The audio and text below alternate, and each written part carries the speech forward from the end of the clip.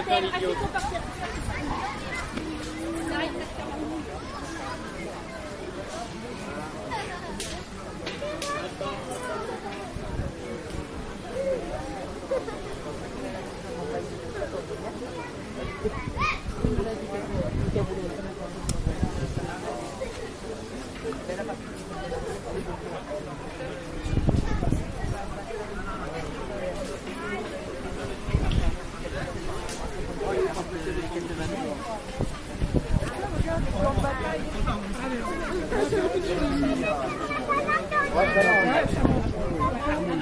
Si on va plus de 5 000 euros, on abandonne l'affaire, on fait le cadeau de la journée. Ah, c'est super.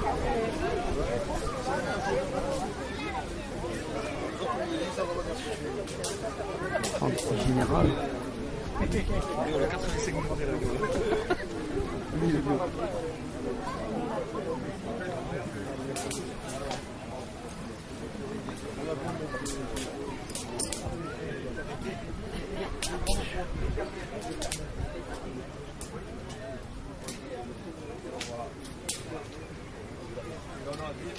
Alors écoutez, voilà. Non, je n'ai pas Jésus. Il a deux. Non, écoutez, voilà. Moi, ma femme me dit.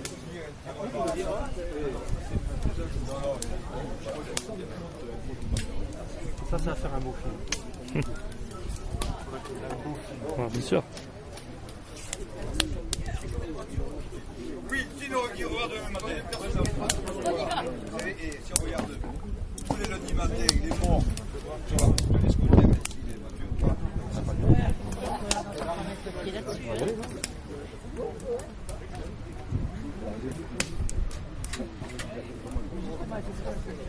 Il faut qu'on y aille. Voilà, voilà. Allez, mais suivez-nous, allez. Non, mais, j'ai pas fini. J'ai pas fini. Non, mais, attendez, ça me va, là. Ça me va. Je vais me faire un grand but. Nous ferons un mot d'excuse. Voilà. Allez, hop. Suivant.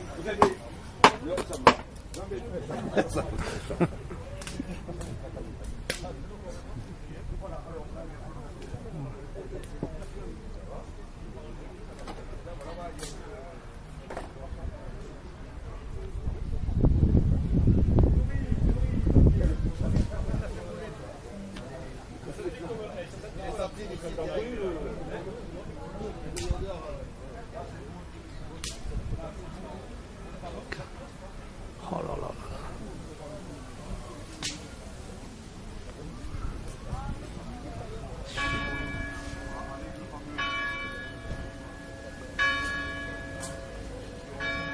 Bien.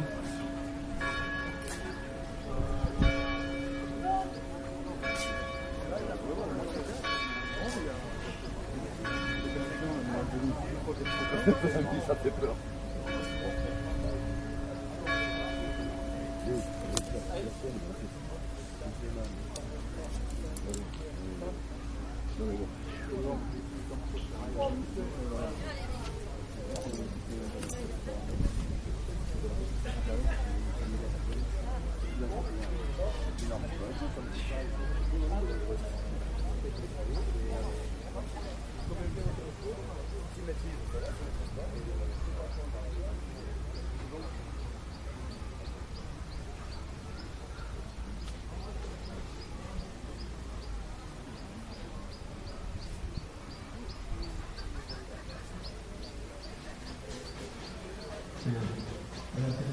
Le secteur militaire et on va se centrer sur le centre de la manifestation. Il y a notre équipe qui nous attend et d'abord il y aura un petit mot de Madame Carmen Michel. Merci de nous rejoindre. Si vous êtes avec nous, profitez de cette belle manifestation tous à la exhaustive de l'ensemble des stands et des personnes qui sont venues nous rejoindre pour montrer tout pour l'histoire de Colonie,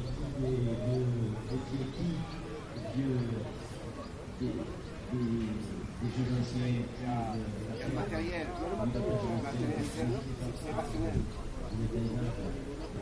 C'est énorme.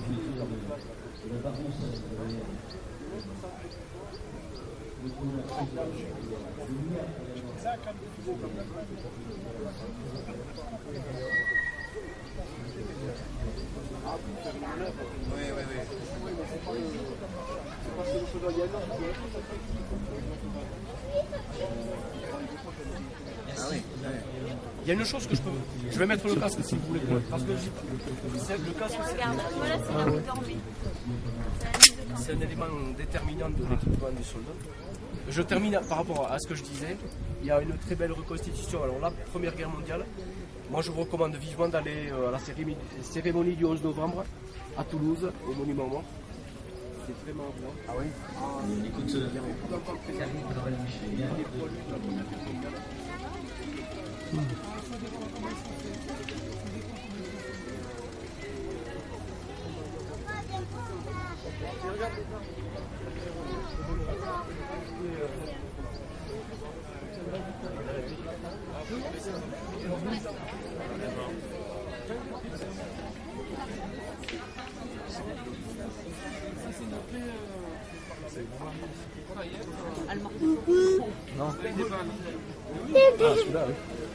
Papa.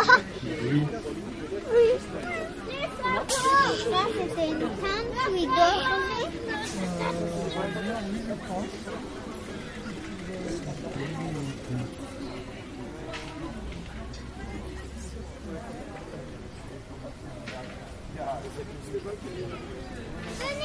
Venez voir.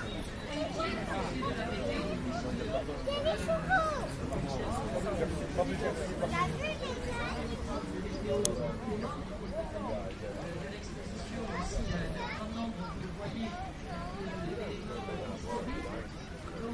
Merci à la météo qui nous a apporté cette belle journée.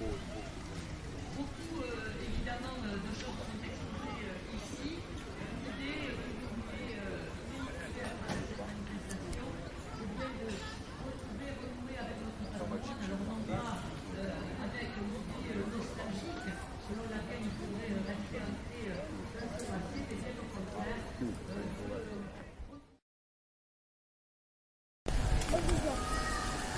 Un foulard dit d'évasion, sur lequel est imprimée une carte de France. En effet, si notre parachutiste était fait prisonnier, il aurait une chance qu'on ne lui prenne pas son foulard et garderait ainsi sur lui une carte.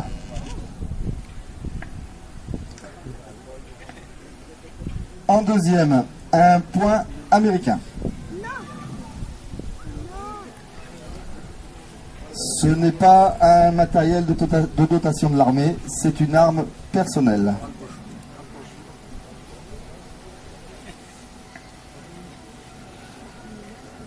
En 3, le poignard M3. Poignard en dotation dans l'armée.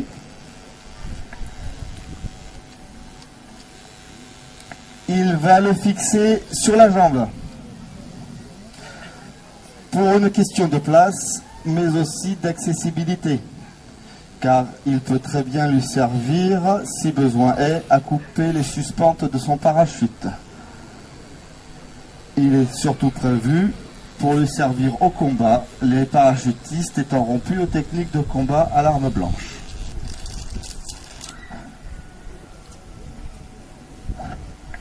Une boussole de poignet.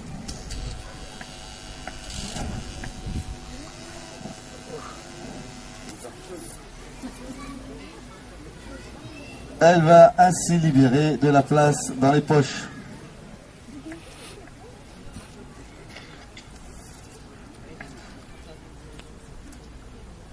Une trousse First Aid de premier secours. Elle doit être aussi facilement accessible. Elle est donc positionnée sur l'avant-bras. Vous verrez d'autres soldats la porter sur leur casque ou à la jambe. Ce modèle présenté a été spécialement créé pour les parachutistes. Son contenu reste classique, un pansement, un garrot, un tube de morphine. Vient maintenant une mine Hawkins. Cette mine d'origine anglaise peut servir d'arme anti-char ou d'arme anti-personnel. Elle pèse environ 1,3 kg pour 1 kg d'explosifs. Elle contient 2 capsules de produits chimiques qui explosent en se mélangeant lors de l'écrasement de la mine.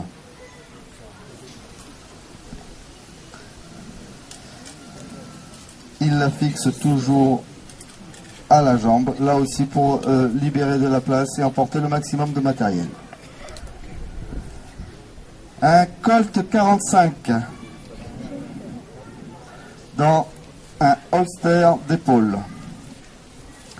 Le Colt 45 est le pistolet semi-automatique de l'armée américaine d'un calibre 11,43.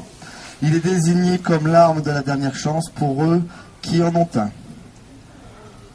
Conçu en 1917 et modifié en 1920, son chargeur a une capacité de 7 cartouches et le tout pèse un peu plus de 1 kg. Il est encore fabriqué de nos jours et de sa création en 1945, la production s'élèvera à plus de 2,5 millions d'exemplaires. Le holster d'épaule, quant à lui, est en cuir. Il a été introduit en 1942 à la demande des pilotes de l'airsoft, mais il servira dans toutes les formations de l'armée, les chars, l'infanterie et bien sûr l'armée de l'air. Maintenant, il se saisit de la musette M7.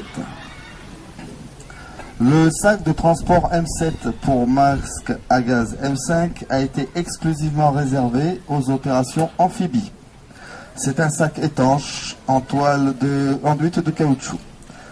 Les parachutistes n'ont pas utilisé les masques à gaz, mais se servaient souvent du sac pour garder leurs affaires au sec après l'avoir vidé. Le breulage M36. Breulage classique de l'armée américaine, avec une autre version de la First Aid et les chargeurs pour son arme.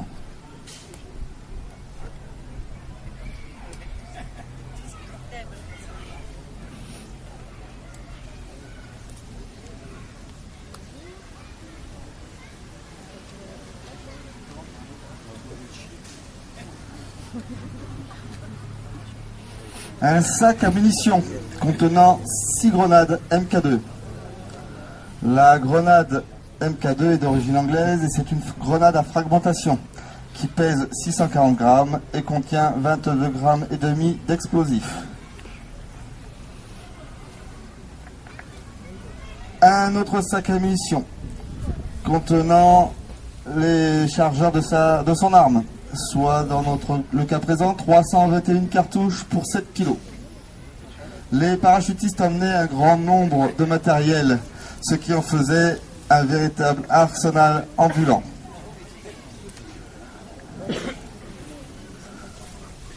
L'armée Ouest. Gilet de sauvetage, surnommé ainsi du nom d'une célèbre actrice de l'époque à la poitrine généreuse. Ce gilet en caoutchouc de l'armée de l'air est un gilet de sauvetage. Il sera distribué lors des missions incluant des survols de zones importantes. Il se gonfle automatiquement en tirant sur 2 cordons comme les gilets de sauvetage dans les avions actuels.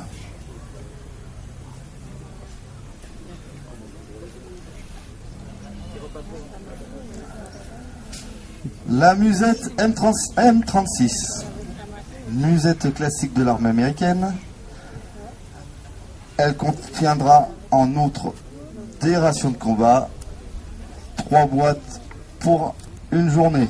Il y a attaché une corde spécifique aux parachutistes. Elle peut lui servir à se décrocher sans risque en cas de mauvais atterrissage sur un obstacle en hauteur. Le parachute dorsal T5. Ce parachute dorsal ou backpack en soie blanche ou camouflé pèse environ 13 kg pour une superficie de 52 mètres carrés. Ce fut le premier modèle utilisé jusqu'au saut de Normandie pour être ensuite remplacé par le T7 à dégrafage rapide. En effet, les fixations que vous voyez déjà difficiles à accrocher seul rendaient le déséquipement particulièrement difficile, ce qui provoquera la mort par noyade de nombre de soldats dans les marais normands.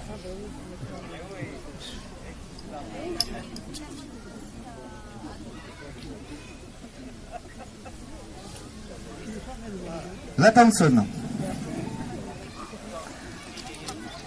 Le pistolet Thompson est une arme qui pèse 4,780 kg et qui a une portée de 150 mètres environ pour une cadence de tir de 700 coups minute. C'est un gros calibre 45 ou en français 11,43 mm.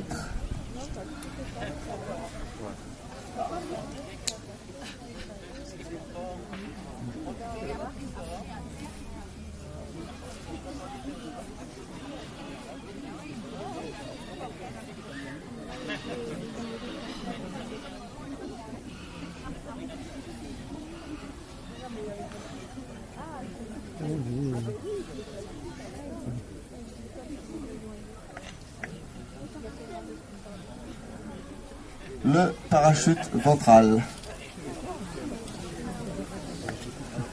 Le ventral ou chest pack de couleur blanche pèse 8 kg et mesure 45 mètres carrés. Seuls les parachutistes américains en avaient et pas les anglais. Il était censé compenser la défaillance du dorsal, mais vu la faible hauteur de saut, le poids du parachutiste et le temps de voir qu'il y avait un problème avec le dorsal, notre homme était déjà presque au sol. Vient maintenant le casque en acier M1. Et enfin, le criquet de reconnaissance. Un clic devait avoir pour réponse 2 clics. Il vient en complément du mot de passe. Thunder, tonnerre, avait pour réponse flash, foudre. Venez ensuite, welcome, bienvenue. Ces mots avaient été choisis car à l'époque, ils étaient imprononçables correctement pour un allemand, sans accent.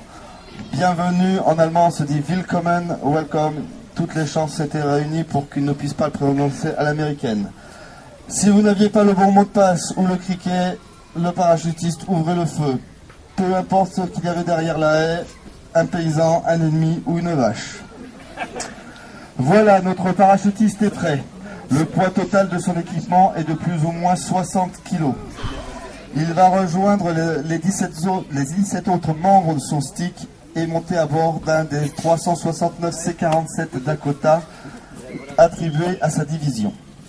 Pour finir, nous préciserons que près de 26 000 parachutistes américains seront tués, blessés ou portés disparus pendant la Deuxième Guerre mondiale. Cette présentation avait pour but de préserver la mémoire de tous les hommes et femmes qui ont servi et se sont battus pour notre liberté.